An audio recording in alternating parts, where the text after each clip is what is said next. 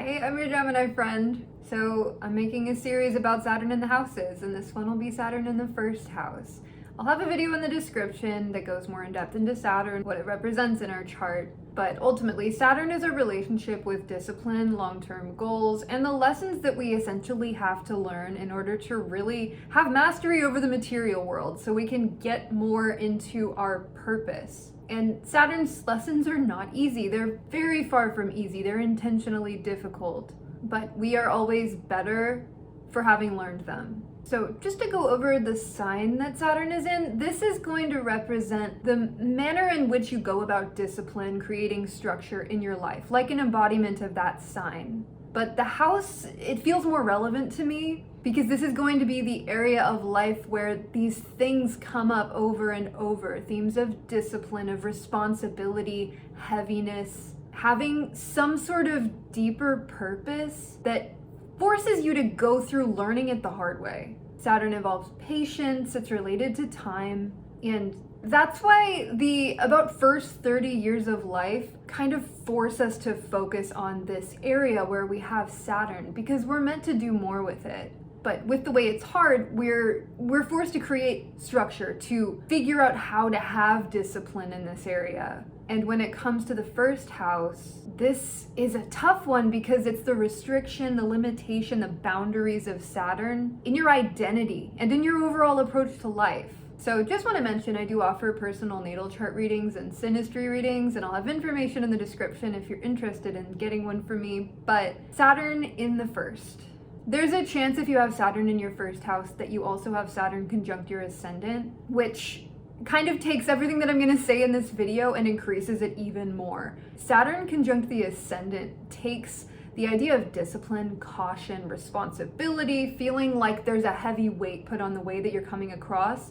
It puts that at the forefront of everything. All of the decisions you make, your approach to everything has kind of the shadow of Saturn over it. So while the sign you have Saturn in is going to show you how you go about expressing Saturn themes, the house is going to be the area of life that frequently requires you to be responsible, to take a more structured, serious approach to it. Because where we have Saturn, we're meant to be an authority in this area. We're meant to maybe teach other people or be an example or have some sort of responsibility there. But we're not just born being good at it. We have to work at it and build a firm foundation for ourselves so we can kind of build every single step there. Saturn doesn't let us rush. It's like practice makes perfect.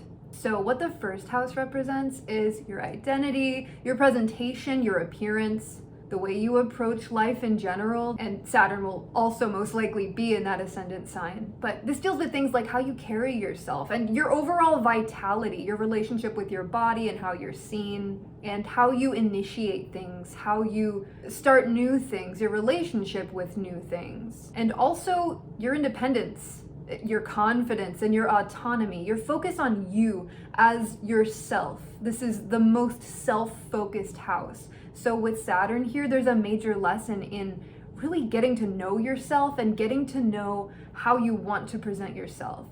Because Saturn feels so heavy. It's this responsibility. You know you have the potential to be an authority in this area. And in the area of yourself, I mean, everyone is an authority in that way, but you are somebody who can really influence others just by being yourself. And that's why it can be harder to actually reach the point of comfortably being yourself. Because with responsibility comes the cautiousness, the desire to not do anything wrong. So there can be a really strong seriousness or sense of being really reserved that can come across pretty easily to other people.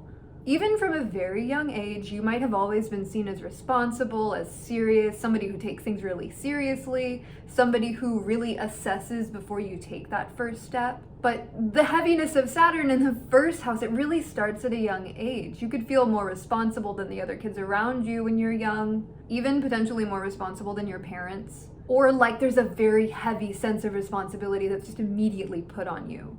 And what also comes with this is this terrible feeling of needing to prove yourself, needing to prove your identity or earn your identity.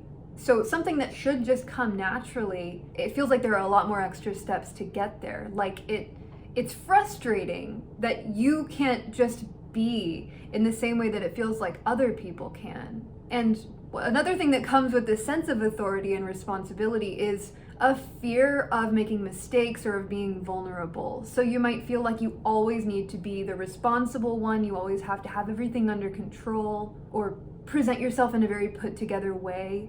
You could be very calculated, extremely thoughtful, and extremely averse to having your flaws be shown. Of course, a lot of this is going to depend on the other parts of your chart and who you are as a person, but what comes with Saturn in the first is often a lot of self-doubt and extremely high expectations for yourself. You could also take the expectations of other people, whether they're real or whether it's something that you're assuming, and really take those on.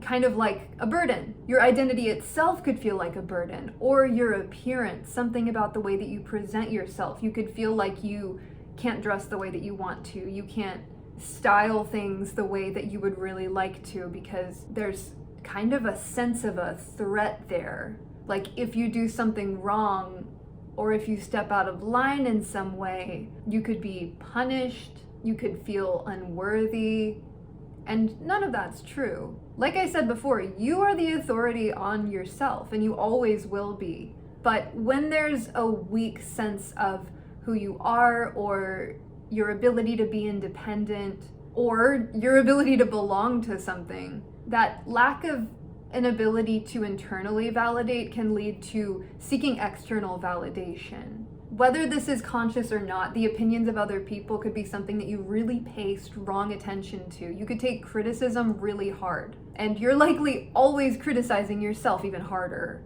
So the sort of confidence that comes from just boldly being yourself, feeling like yourself, that could feel elusive.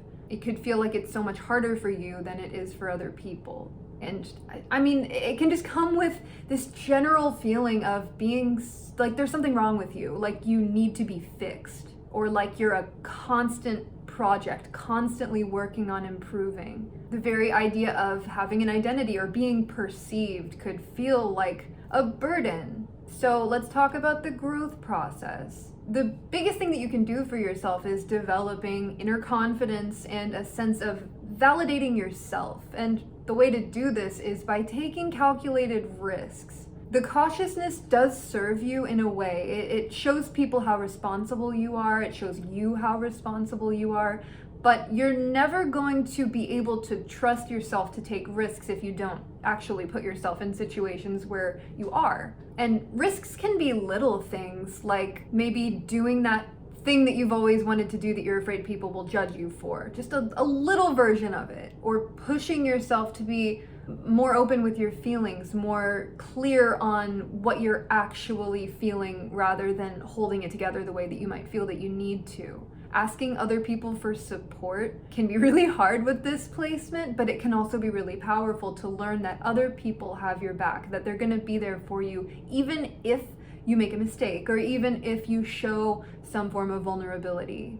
To be able to know who your real friends are, who your real allies are, and the people who see you for who you truly are, that is incredibly valuable. But ultimately, a huge thing that you can do for yourself is releasing judgment altogether. Self-judgment tends to come really easily with this placement, but one way that we can process our own self-judgment is by constantly judging other people. Because our judgments of others tell us so much about what we're judging about ourselves. Even if it's a situation where, like, say you're good at something and you see somebody who's bad at that thing and you use that to kind of make yourself feel better. Well, that's deeper than it looks, because what you're really telling yourself is, if I slacked off like they did, if I didn't do as good a job like them, then I wouldn't respect myself as much. It's really important to make sure that your worth is attached to who you are and not what you do, not what you have to offer, not what you're capable of. Because Saturn is really strongly focused on improvement, capability, progress, constant effort. But you're a person. You are just another person like everybody else. You have flaws, you have feelings, you have all sorts of things going on, and you need a break sometimes. So any breaks from any sorts of judgments can be really helpful. And seriously, analyze the judgments that you make, whether that's about other people or about things. It can go a lot deeper than we think. And of course, discipline is important with Saturn. You can't just ignore the lesson, or you can, but there are consequences. This really comes with a strong sense of being reserved in the way that you might want to hide your insecurity, so others could see you as a very stable, strong presence. But if you're using that to compensate for feelings of insecurity, then by not focusing on it, it just gets heavier and heavier with time. And when the area of who you are becomes too heavy to bear, that's miserable. That's something that I don't want for anybody. So that's why I encourage you to focus on this, because no matter what people tell you and what you tell yourself, you do know who you are. Like deep inside, you know what resonates with you, what feels good, what feels like it's wrong for you. You know, even if you're going to prioritize more productive, pragmatic things over feelings things or vulnerable things. But no matter what, external perfection or being perceived in a perfect way, it's never the answer to anything. It's never going to help anything to try to be perfect. Of course, we want to strive to do our best, but expecting perfection out of literally anyone, yourself included, that's just, you lose from the beginning if you start that way. Because you're never ever going to be able to please everyone. If you are seeking external validation, sure, some people will give it to you, but you're always going to come across somebody or some situation that doesn't like who you are or doesn't agree with who you are. That's why it's so important to solidly recognize who you are, because nobody else can tell you. And that's another part of the growth process, is learning to be your own internal authority, whether that's about who you are or about what you're doing or what you stand for. You will never get the answers outside of yourself, but you'll get plenty of lessons outside of yourself and plenty of people reflecting things back to you that you need to recognize. But the more you externalize your problems, the more you give up your power with this placement. So really embracing authenticity, embracing who you really are, even if it's scary, even if you think nobody will like it, to feel comfortable in your own skin is the best thing you can do for yourself. And while you can still be disciplined in your approach to whatever it is that you're doing, even to self-expression, you also want to balance that with self-acceptance, really accepting who you are, what you want to be, and like how you want to be seen. Because everybody has some sort of focus on how they're perceived. It's something that can't be avoided. We all want to come across in a certain way that's going to be unique to the individual, but everybody wants to be accepted and everybody wants to be seen as their best self. But ultimately, we want to be seen as authentic. This is the first house. This is Aries and Mars energy. Aries doesn't stop to think. It just reacts. It just is. And the first house ultimately represents just being, without all of the complications of every other part of us and the way that these things will pull and push on each other and the different aspects that all the complicated everything. You can think forever, but to just exist within your energy and have that initial reaction, your impulses, honoring those impulses. It's not easy for Saturn in the first house, but it is powerful if you take the steps to get yourself used to trusting your initial impulse rather than overthinking it or over-assessing the situation, seeing what would be best to do. This is one of those placements where shoulds are a bad word if it doesn't align with how you really are or what you really feel or really think. You can still be that responsible authority for people and also be yourself. There are really no rules as long as you're being genuine. So what mastery over this Saturn placement looks like is a really strong and stable sense of self. And it takes time, it takes experience. But the wisdom that you get from taking chances and from exploring who you are and how you want to come across, this leads to a very natural sense of authority and of worth. This is one of those things where it feels like you could have layers upon layers kind of covering who you really are, and it takes time, it takes experimentation to peel back those layers and find what and who is truly at the core of it. But be patient with yourself. Saturn always takes patience, and pretty much no matter what, the first 29, 30 years of life are going to be difficult in this way. There's really no way around it. We can't rush Saturn, but the more you focus on it, the easier your first Saturn return will be. And if your Saturn return is very difficult, it is very crucial that you focus on this area of life before your second Saturn return comes around. Because the weight of 2 missed Saturn lessons, it can be too much for some people to bear. But another thing that comes with mastery is this really dependable, respected image. It's not about being something that people think is respectable. It's about being yourself and respecting yourself so much that others cannot help but see it. Again, this is somewhere where you make your own rules. The only way you can get it wrong is by resisting your truth and your real identity. And another thing, with mastery of all Saturn lessons, you understand the importance of patience and the endurance that you get from that, the resilience that you build from going through these lessons. But being patient with yourself, it does pay off. And this is also one of those placements where you can be directly inspirational to people without saying a word, without doing anything, just your presence. When you've embodied this shows that your identity is influential. Who you are as a person is naturally influential and helps influence other people in whatever way that they need, whether it's be more themselves or maybe they need to embody discipline in a similar way to you. Whatever it is, you're going to affect individual people in totally different ways, in the ways that they need.